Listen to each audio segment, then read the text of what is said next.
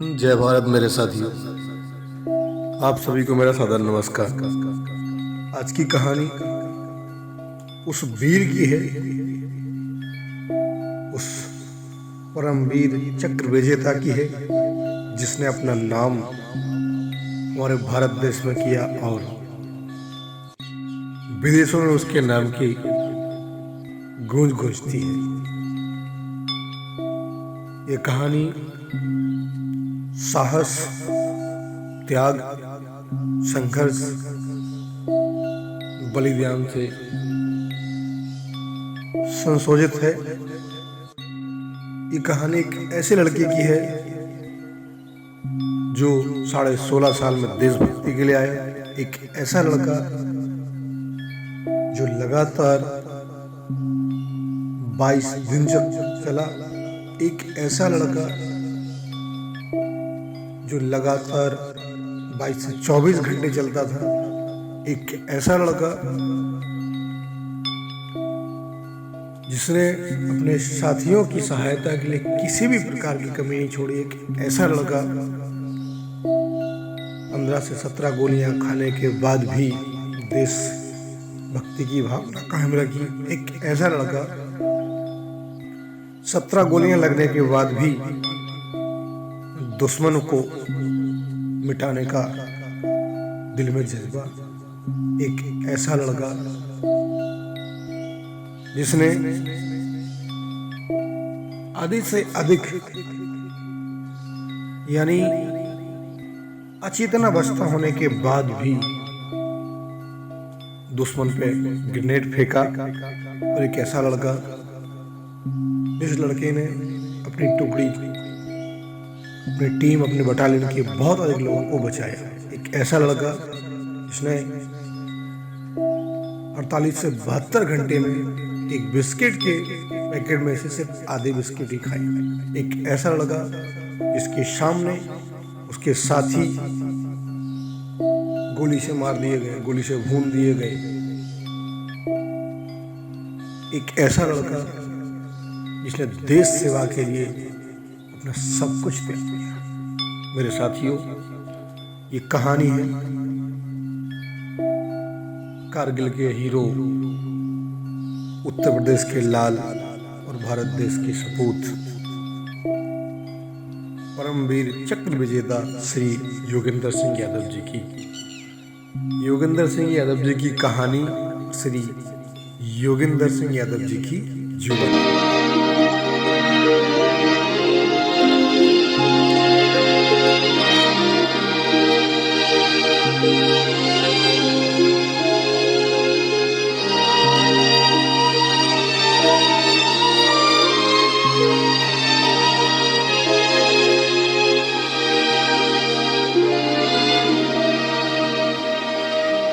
Actually में हमारा जो परिवार था वो जो है आर्मी बैकग्राउंड से ही रहा, क्योंकि फादर थे वो भी आर्मी में थे और उन्होंने 71-65 की लड़ाई लड़ी थी।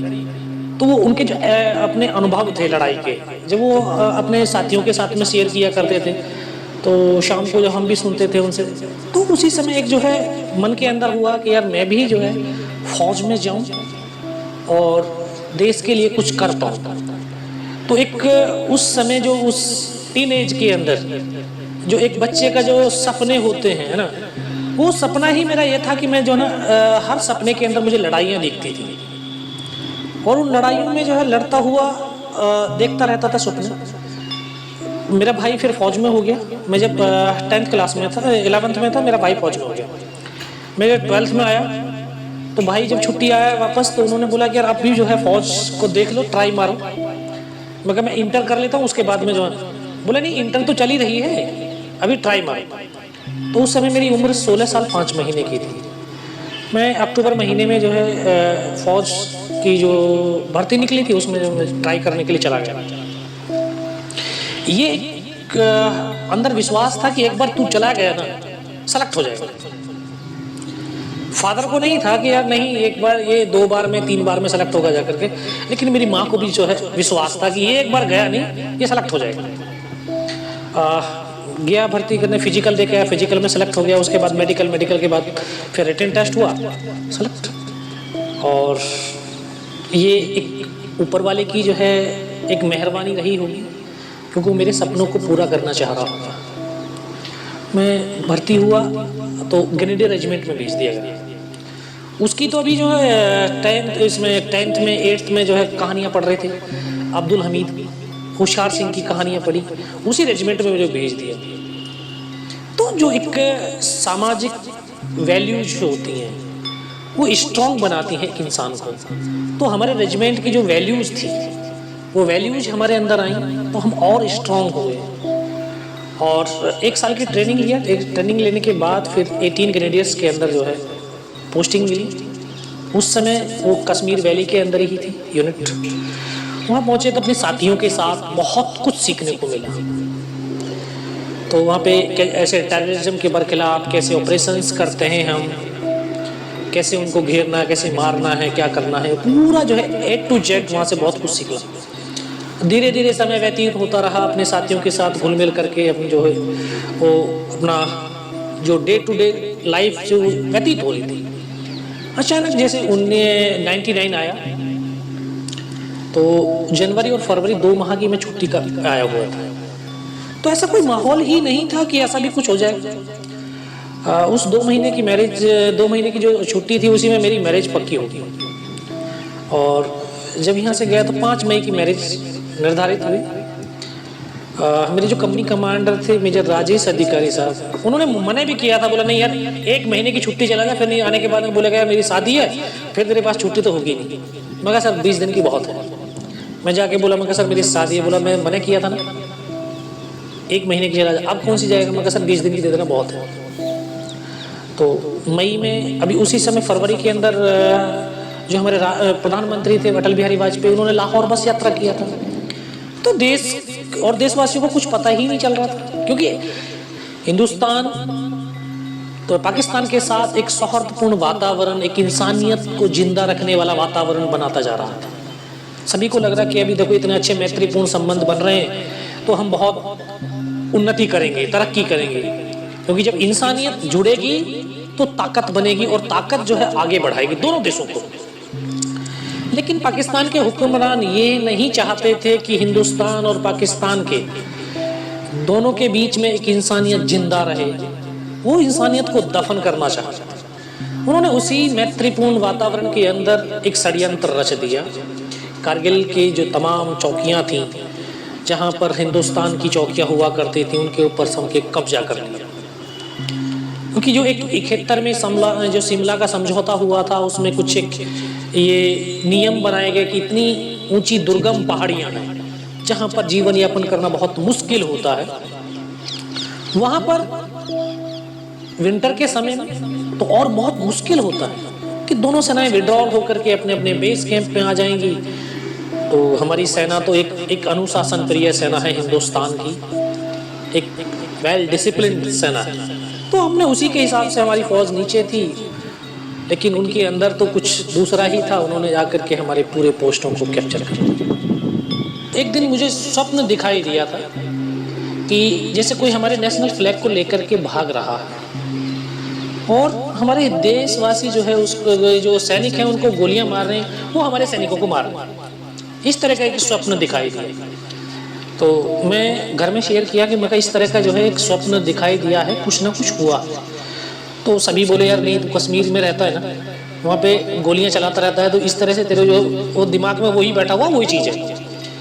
लेकिन जब जम्मू पहुँचा तो वो जो स्वप्न दिखाई दिया वो बिल्कुल सच हुआ।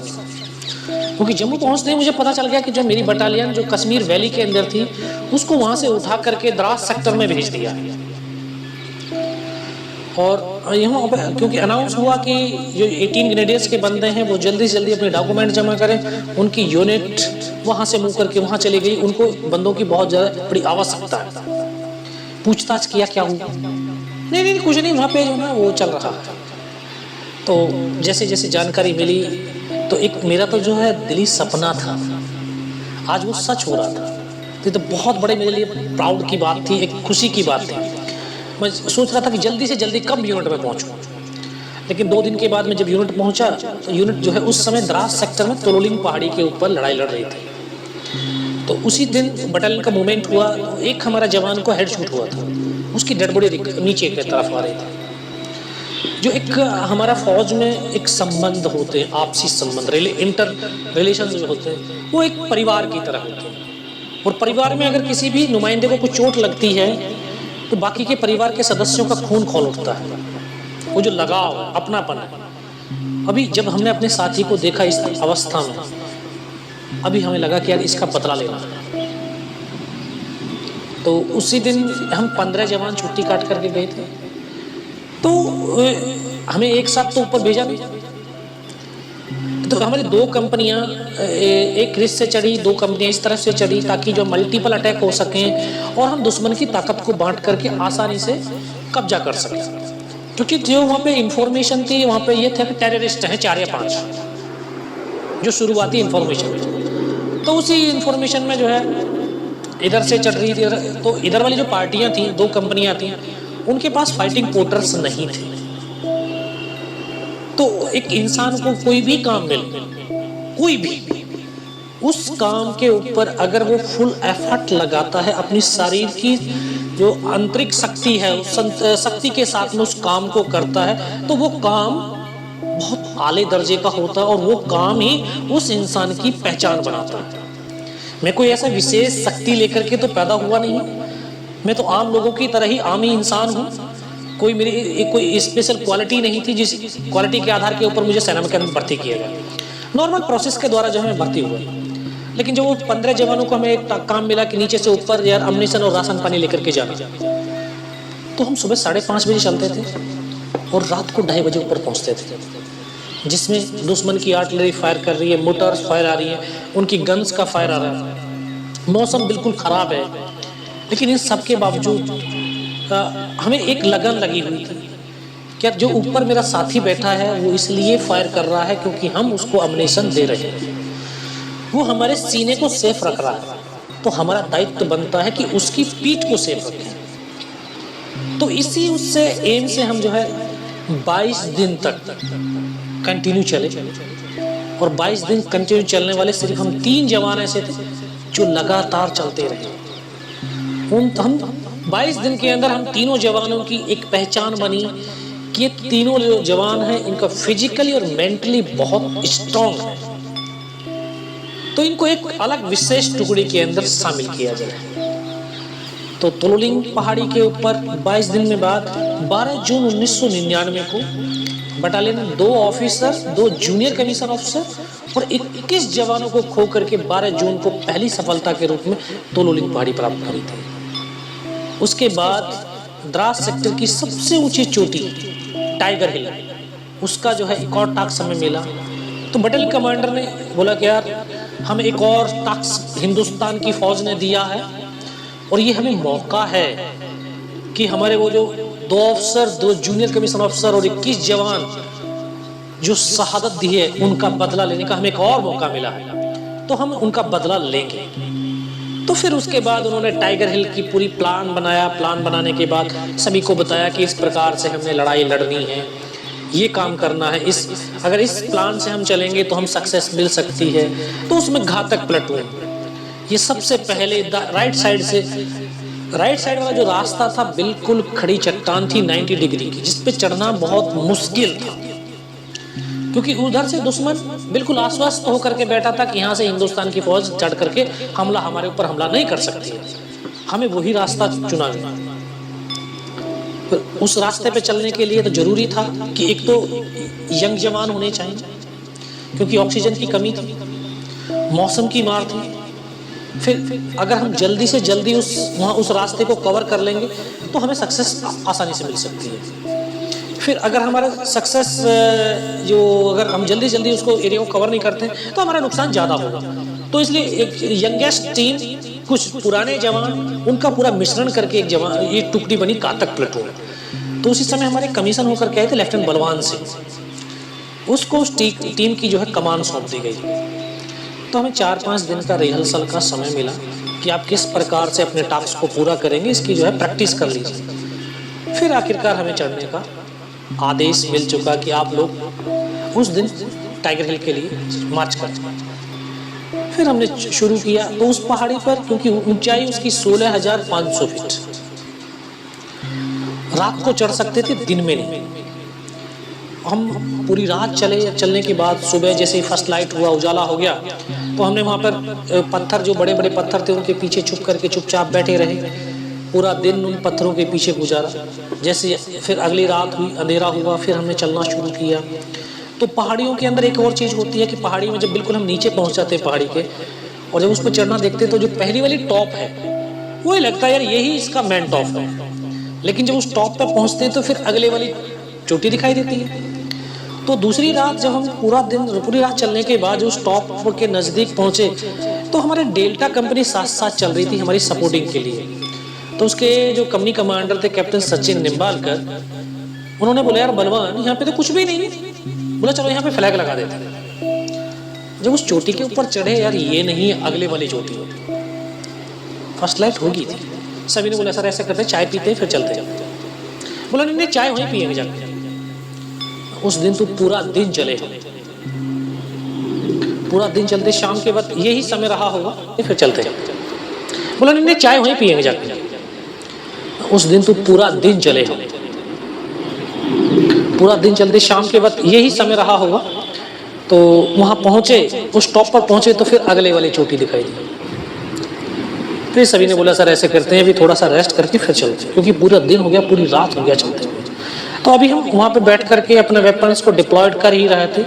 तो सचिन निम्बालकर साहब के साथ जो टीम थी वो आगे के इलाके को थोड़ा सा सर्च करने के लिए चली गई। जैसे वो आगे की तरफ गए तो दुश्मन इतना चौकन्ना था, इतना चालाक था, वो अपने आप को तब तक छुपा करके बैठा हुआ था कि हम जैसे दुश्मन उसके नज़दीक पहुँचे और वो तब फायर खोलता था। तो जो हमारी टीम उनके नज़दीक पहुँची तो उनके ऊपर फायर खोल दिया। अब हम डायरेक्ट फायर सपोर्ट भी नहीं दे सकते हैं, क्योंकि अगर ऐसी तरह से करके फायर करते हैं तो हमारे बंदों को ही गोली लगती है। आर्टिलरी का जो है फायर भी नहीं डलवा सकते हैं, क्योंकि सेफ्टी डिस्टेंस बिल्कुल खत्म हो गया था। अभी सीओ को फिर इन्फॉर्म किया कि साला ऐसे इस तरह की कहानी हो गई है। फिर उनको मैसेज दिया गया सेट के ऊपर, भाई जहाँ पर हो जैसे हो पत्थरों के पीछे चुपचाप छुपक करके बैठे रहो, जैसे अंधेरा होगा आपको निकाल लिया जाएगा। तो लगभग रात को 11 साढ़े 11 बजे के आसपास उस टीम को निकाल करके लेके आए। तो उसमें एक जवान को हाथ में गोली लगी थी, बाकी हमारे तमाम जवान सेफ थे। जैसी टुकड़ी वापस आई तभी एकदम से आदेश मिला कि यार अभी अटैक होगा। तो यहाँ ईश्वर भी एक के बाद एक मौका मुझे देता जा रहा था। एक तो घातक प्लेटून का सदस्य होने का मुझे सौभाग्य मिला, उसके बाद जब यहाँ से अटैक के लिए चले तो बोला यार तू गाइड होगा अपनी टुकड़ी का। फिर मुझे गाइड के तौर के ऊपर चुन गया। तो एक मेरा नाम राशि दूसरा था, हम दोनों एक दूसरे के गाइड होकर के चलना शुरू किए। पूरी टुकड़ी को लेकर के जब रात भर चलते रहे, सुबह का वक्त था, तो एकदम बिल्कुल खड़ी चट्टान जिस पर चढ़ना बहुत मुश्किल था। तो वो जवान जो दूसरा, मेरे नाम का दूसरा योगेंद्र सिंह यादव था, तो वो काफ़ी हाइट थी उसकी, 6 फुट था। मैं बोला यार यहाँ तो ये चढ़ नहीं पाएंगे। बोला नहीं ऐसे कर, तू मेरे कंधे पे पैर रख और ऊपर कहीं रस्सी बांध दे। मैं रस्सी बांधा, रस्सी बांधने के बाद हम एक एक करके चढ़ना शुरू किया। तो उनके दोनों तरफ बंकर्स थे, लेकिन अंधेरे की वजह से तो हमें नहीं दिखाई दिए, और शायद उस समय वो सो रहे होंगे बंदे भी। लेकिन जब हमारी आवाज़ हुई, पत्थर गिरे ऊपर से, तो शायद उनकी आंखें खुली होंगी और उन्होंने ऐसे फायरिंग खोल दिया।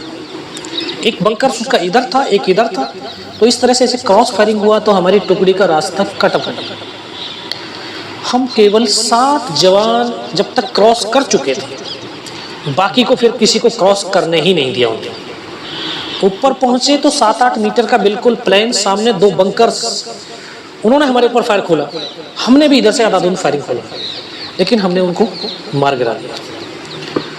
अब जो हमारा उनका फायरिंग चल रहा था, जो टॉप, जो टाइगर हिल का टॉप था, 50-60 मीटर रहा होगा।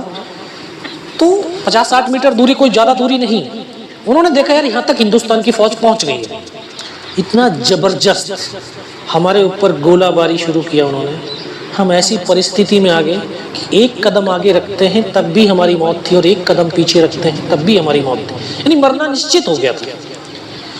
सभी ने बोला यार मरना ही तो है, यार मरने से पहले जितने ज़्यादा से ज़्यादा हम मार सकते हैं हम मारेंगे। और ये हमारे देश और हमारी सेना की सबसे बड़ी ताकत है कि हमारे सैनिक का जो शरीर चाहे गोलियों से छलनी क्यों ना हो जाए, उसकी आखिरी सांस क्यों ना बची हो, उसके शरीर की अगर एक भी बूंद बची है शरीर के अंदर, तब भी उसके जो है कदम दुश्मन की तरफ बढ़ते हैं, कभी पीछे की तरफ नहीं बढ़ते। ये हमारी भारत माता की मिट्टी में जन्म लेने वाले हर एक हिंदुस्तानी का जो है उसमें ताकत है। हम आगे की तरफ भागे, उनकी डेड बॉडी को निकाल करके मोर्चे से भगाया, फिर उनके मोर्चों से हमने लड़ना शुरू किया। हमें लगभग 5 घंटे हमें हो गए उनके साथ लड़ते लड़ते। तो 5 घंटे में धीरे धीरे हमारा अम्नेशन तो ख़त्म होना ही था। जब बहुत कम मात्रा में हमारे पास अम्नेशन बचा तो हमने आपस में प्लान किया कि यार अगर हमारे पास अम्नेशन ही नहीं होगा तो इस राइफल का हम क्या करेंगे, कैसे लड़ाई करेंगे। अभी जो भी अम्नेशन है उसका एक ऐसा उपयोग करेंगे कि अब हम फायर बंद कर देते हैं, ताकि दुश्मन को लगे कि यार ये तो मर गए हैं, ये इनका अम्नेशन खत्म हो गया, ये बाहर निकल करके आए पत्थरों से, तब हम फायर खोलें ताकि हम ज़्यादा से ज़्यादा दुश्मन को मार सकते हैं। हमने वो प्लान किया। उनकी जो मोटर्स फायर हुआ, उनकी आर्टिलरी का जब फायर हुआ, अचानक से हमने फायर बंद कर दिया, क्योंकि वो नज़दीक थे, आवाज़ तो हमारी भी सुन रहे थे वो। तो हमने फायर बंद किया। फायर बंद करते ही 15-20 मिनट के बाद जब फायर हमारी तरफ से कोई फायर नहीं हुआ, उनको लगा कि यार ये मर गए या इनका अम्नेशन खत्म। तो 15-20 मिनट के बाद पाकिस्तान के 10-12 जवान थे, वो सिर्फ वो नज़दीक आए देखने के लिए कि यहाँ पर हिंदुस्तान के जवानों की संख्या कितनी है, जिंदे हैं या मर गए। तो हम अलग अलग इस पत्थर के पास, 2 उस पत्थर के पास, 3 तरफ हम बैठे हुए थे, आपस में पूरा कोऑर्डिनेशन किया था। तो वैसे सामने से जब निकल करके बाहर आए पत्थरों से, एक साथ हमने फायर खोला। उनमें से 1-2 बचा होगा, बाकी सबको मार दिया। अब हमारे पास अम्नीशन हो गया, हमारे पास वेपन हो गया। फिर हमने उन्हीं का वेपन, उन्हीं का अम्नीशन लेकर के फायरिंग करना शुरू की। तो जो 1-2 जो बचा था, उन्होंने जाकर के अपने ऊपर जो कमांडर थे उनको बताया, क्योंकि फायर खोलते ही पता चल गया कि यहाँ पर 8-10 बंदे ही हैं। उन्होंने ऊपर जाकर के बता दिया कि हिंदुस्तान के वहाँ पर 8-10 बंदे हैं। तो विदिन 30 मिनट हमें समझने का मौका नहीं मिला, 30 से 35 पाकिस्तान के जवानों ने दोबारा से हमला कर दिया। और हमला इतना जबरदस्त, जो भी उनके पास जितने भी वेपन थे, सभी वेपन्स का एक साथ फायर खोल दिया। हम जहाँ पर बैठे थे हम सर नहीं उठा सकते थे, जिसने भी सर उठाया उसका सर चला गया। तो काफ़ी देर के बाद जब उन्होंने एकदम फायर बंद किया, फिर पत्थर फेंकने शुरू कर दिए, ग्रेनेड फेंकने शुरू कर दिए। धीरे धीरे अल्लाह अकबर के नारे लगाते हुए नज़दीक आने लगे। तो हमने फिर भी फायर नहीं खोला, क्योंकि हमें पता था कि मैं फायर खोलूँगा तो मुझे मेरी लोकेशन जाहिर हो जाएगी और दूर से मुझे बर्बाद कर देगा। तो नज़दीक आएंगे तब मैं फायर खोलूँगा। अब और नज़दीक आते रहे। तो हमारे पास एक LMG थी, लाइट मशीन गन। वो उनको नज़दीक से, जब नज़दीक आए तो वो उनको नज़र आ गई। जैसे वो नज़र आया तो उनको सीधा उसी के ऊपर RPG का राउंड दाग दिया। वो LMG के जो बैरल थी वो डैमेज हो गई। उसको चलाने वाले जो जवान थे उनको भी पत्थर लगे आकर के। तो एकदम से वो छोड़ करके, ऐसे प्लेटून हवलदार इस तरफ बैठा हुआ था, हमारा एक हवलदार मदन, उसकी तरफ भागे। तो उन्होंने बोला यार मर गए सर, मर गए। तो वो आज भी उनके वो शब्द मुझे, आखिरी शब्द थे, आज भी याद ऐसे गूंजते हैं मेरे दिमाग के अंदर। क्योंकि उस LMG के जस्ट बाएं तरफ में बैठा तो मुझे आवाज़ दिया कि योगेंद्र, बोला इस LMG को उठा करके फेंक। बोला दुनिया में आज कोई बचाने वाला नहीं है इस वेपन के सिवा, क्योंकि उसकी फायर पावर बहुत ज़्यादा थी। तो नज़दीक नहीं आ रहे थे दुश्मन उससे। जैसे मैं उसको LMG को ऐसे उसको पकड़ा और उसकी तरफ फेंक तो दिया, मेरी नज़र ऊपर की तरफ गई तो जिस पत्थर से मैं फायर करा उसी के ऊपर 7 पाकिस्तान के जवान खड़े थे। मैं कहा सर ये तो नज़दीक आ गए। बोला कहाँ पर, ये खड़े हुए। वो जैसे ही आवाज़ सुनाई दी सीधा मेरे ऊपर ग्रेनेड फेंका उसने। तो जो मेरा नाम राशि था योगेंद्र यादव, वो पीछे की तरफ लेट करके फायर कर रहा था। तो उसको ग्रेनेड का एक टुकड़ा लगा, यहाँ से उसकी उंगली कटी, दूर जा करके पड़ी। वो एकदम से उसको आभास हुआ कि यार मेरा हाथ कट गया। बोला मेरा हाथ कट गया। मैं पीछे की तरफ देखा, मैं कहा नहीं यार हाथ नहीं कटा। बोला और? मैं कहा उंगली कटी है। उसको फर्स्ट एड दिया। फर्स्ट एड देने के बाद सभी ने बोला यार ऐसे कर, तू अभी फायर तो कर नहीं पाएगा, तू नीचे की तरफ कूद और अपनी कहीं से दाएं बाएं से टुकड़ी को चढ़ाने की कोशिश कर। बोला नहीं मैं नीचे नहीं जाऊँ। हम तो बिल्कुल नए जवान थे, 2.5 साल की सर्विस थी, 19 साल की उम्र थी, कोई अनुभव नहीं था, सिर्फ किताबों में भी स्कूल में पढ़ कर के आ रहे थे कि एक सैनिक दूसरे के लिए अपने आप को कुर्बान कर देता है। आज तो देखने को मिल रहा था। हमारे लिए बहुत बड़ी प्रेरणा की ताकत थी, शक्ति थी।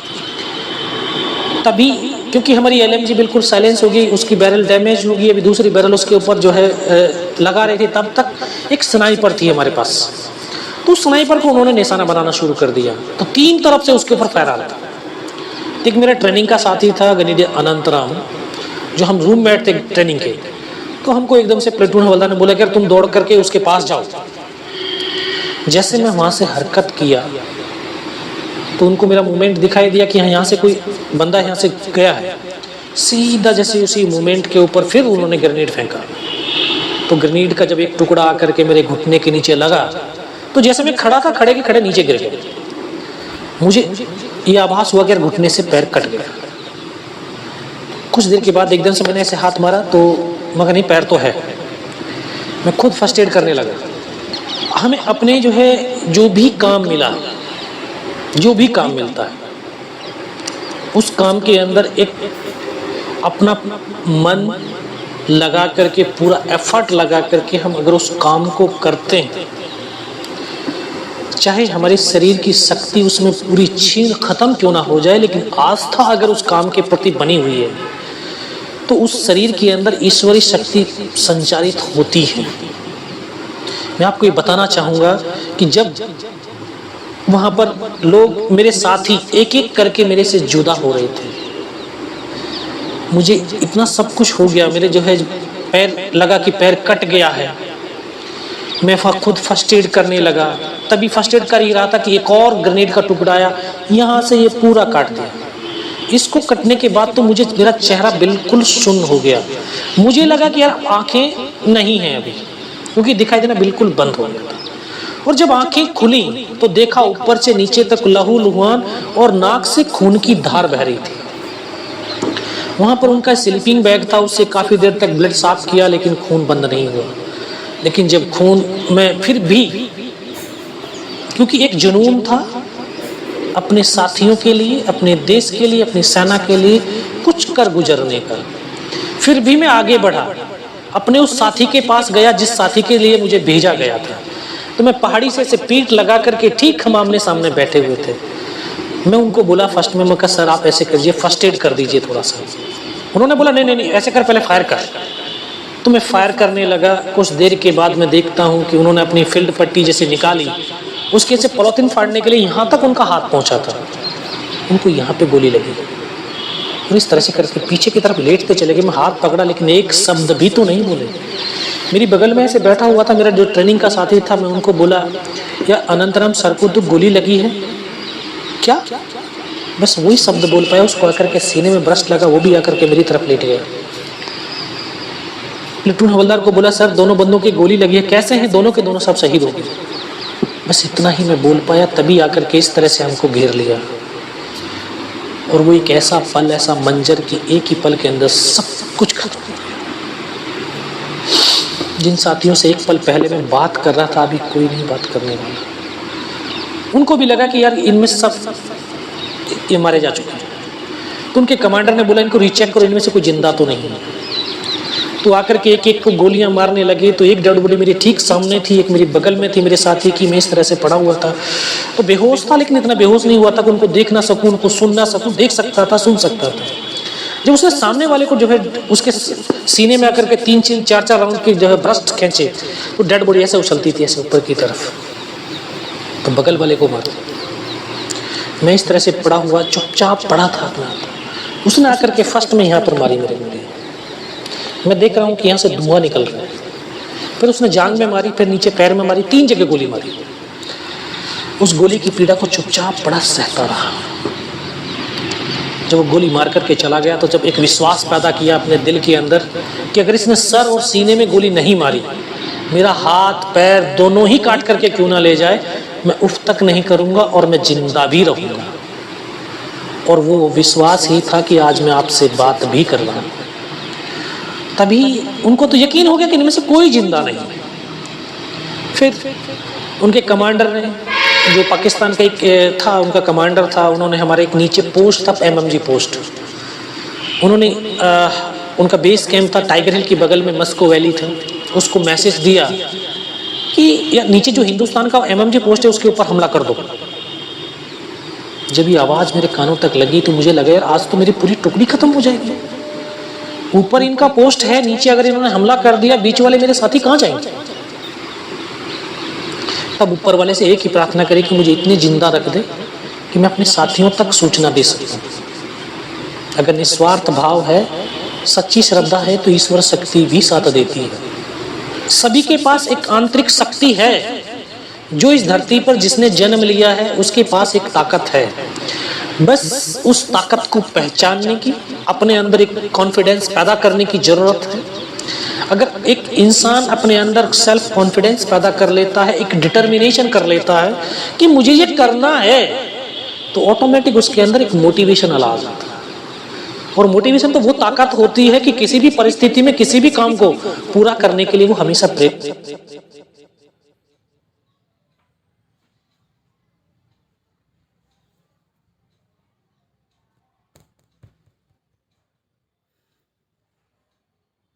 करती रहती है।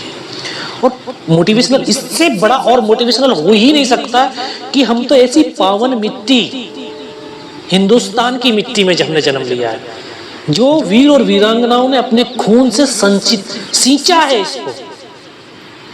ऋषि मुनियों की मिट्टी है ये। इससे बड़ी और ताकत, इससे बड़ा और मोटिवेशनल हमारे लिए और कुछ हो ही नहीं सकता है।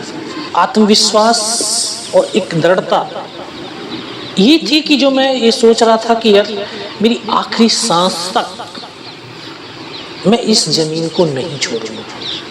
3 बार गोलियां मारी उसने, लास्ट उसने सीने पे भी गोली मारी, लेकिन जो अपने आप का जो समर्पण होता है, अपना समर्पण किसी चीज के लिए कर दीजिए, तो जो समर्पण का जो भाव होता है वो आत्मा से परमात्मा का जुड़ जाता है और वो फिर आपको ताकत देता है, वो आपको मरने ही नहीं देगा। तो शायद उसने जब गोली मारी तो यहाँ पर पर्स था, पर्स में भी गिलट के 5-5 रुपए के सिक्के और वो भी इकट्ठे कर दिए परमात्मा ने। लेकिन उस गोली के धक्के से तो मुझे आभास हुआ कि यार मैं मर गया हूँ। गोली तो अंदर नहीं गई लेकिन रिकोचित होगी, लेकिन आभास हो गया कि मैं मर गया हूँ। उन्होंने जो पाकिस्तान के जो जवान थे उन्होंने हमारे साथ जो अमानवीय क्रूरताएं की, जैसे बूट की ठोकरें मारना, हमारी डेड बॉडियों के अंदर हमें गालियां देना, बहुत कुछ उन्होंने किया। फिर लास्ट में उनके कमांडर ने बोला इनके वेपन उठा लो, तो उनके एक जवान आया दोबारा से जो है गोली मार रहा है, दूसरा वेपन उठा रहा है। फिर उसने वेपन जब उठाया तो यहाँ मेरी AK-47 ऐसे पड़ी हुई थी, उठा करके जब वापस मुड़ा तो मुझे अनकॉन्शियस हो गया था, मुझे लग नहीं रहा था कि मैं जिंदा भी हूँ। लेकिन जब उसका पैर मेरे पैर से शायद टकराया तो मुझे एकदम से लगा यार मैं तो जिंदा हूँ। तब एक ताकत अंदर से एकदम से आवाज आई कि अभी तक नहीं मरा तो अब मरेगा भी नहीं। मेरे पास एक हैंड ग्रेनेड बचा था, मैंने अपने धीरे से अपना हैंड ग्रेनेड निकाला, पिन निकाल करके उसके ऊपर ऐसे फेंक दिया। तो कोट के अंदर जो हुड लगा हुआ था, हुड के अंदर वो ग्रेनेड गिर गया। जब वहां पे गिरा तो उसको लगा कि यार कुछ गिरा है। उसने पीछे की तरफ मुड़ करके देखा, पीछे तो कोई मूवमेंट था नहीं। तो जब तक वो ग्रेनेड को निकाल पाता, ग्रेनेड फट गया। ग्रेनेड के फटते ही जो पाकिस्तान के दूसरे जवान थे उनमें एकदम से खलबली मची कि इनमें से कोई जिंदा है। कुछ बोले जिंदा नहीं, नीचे से फौज आ गई, क्योंकि जिसने 3 बार गोलियां मारी हो कौन कह सकता है कि जिंदा होगा। वो एक मौका था मेरे पास कि मैं अपने देश के लिए, अपनी भारत माता के लिए कुछ विशेष कर गुजर। मैं तुरंत उसकी राइफल को उठाने की कोशिश करी, क्योंकि उसका पूरा सर उड़ गया और हमारे ऊपर आकर के गिरा पाकिस्तान का वो जवान। मैं उसकी राइफल को ऐसे पकड़ने की कोशिश करी, लेकिन ये हाथ तो हिला ही नहीं, क्योंकि इस हाथ की हड्डी निकल के पूरी बाहर हो गई थी। एक हाथ से राइफल को उठाया, वहां से फिर एकदम से उनके ऊपर फायर खोला, 3-4 बंदे और उनके मारे गए। फिर इसी हाथ से पलटा खाया, दूसरे पत्थर से, तीसरे पत्थर से। जब 3-4 जगह से फायरिंग किया तो उनको लगा कि यार हाँ नीचे से रीइंफोर्समेंट आ गई है। फिर उनके हौसले पस्त हो गए, वो पैर उखड़ गए और वहां से उनको भगा दिया। 3-4 मीटर तक रेंगता हुआ आगे गया तो देखता हूँ आगे जाने के बाद उनके सामने टेंट लगे हुए हैं, लंगर चल रहा है, उनके वेपन वहां पे डिप्लॉयड है। क्योंकि मुझे इतनी भी समझ थी कि अभी हमारी टीम के बाद दूसरी टीम आएगी अटैक के लिए। अगर उस टीम को जो है जितनी ज़्यादा से ज़्यादा इन्फॉर्मेशन मैं दे सकता हूँ तो शायद उनकी कैजुअलिटी कम होगी। वो सब कुछ देखा और फिर एक पागलपन भी था। पागलपन था अपने साथियों को बचाने का, कि मुझे नीचे जाना है, किसी भी हालत में नीचे पहुंचना है, ताकि उनको सूचना दे दूं, उनके ऊपर हमला होने से पहले वो चौकन्ने हो जाएं, अपने आप को वहां पे बिल्डअप कर सकें। फिर मैं वापस मुड़ करके जब अपने साथियों के पास पहुंचा तो एकदम से लगा कि हो सकता है इनमें से कोई मेरा साथी जिंदा होगा। आकर के देखा तो किसी का पूरा सर फटा हुआ बाहर निकला हुआ था, किसी के पूरे फेफड़े बाहर निकले हुए थे। एक को गोद में रख करके सिर को बहुत देर बैठ करके रोता रहा, बहुत देर बैठ करके रोया, और रोते रोते फिर अपने आप को संभाला। मुझे तो ये भी पता नहीं चल रहा था कि किधर हिंदुस्तान है किधर पाकिस्तान है, क्योंकि 2.5 साल की सर्विस थी, कुछ समझ में नहीं आ रहा था मुझे।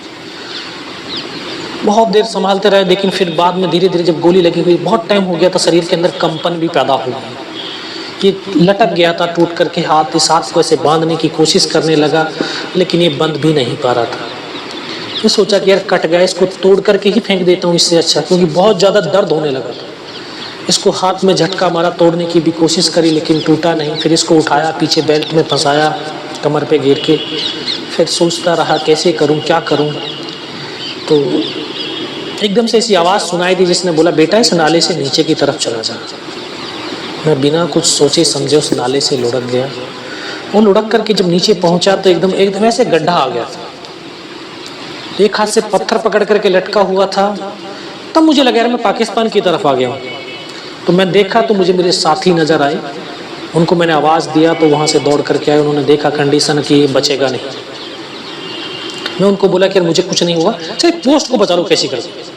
ये दिन के 1-1:30 बजे का समय था, बिल्कुल मौसम साफ, धूप खिली हुई थी। सीओ को इन्फॉर्म किया गया कि सर इस तरह की कहानी हुई है। सीओ ने बोला इस लड़के को जल्दी से जल्दी मेरे पास पहुँचाओ।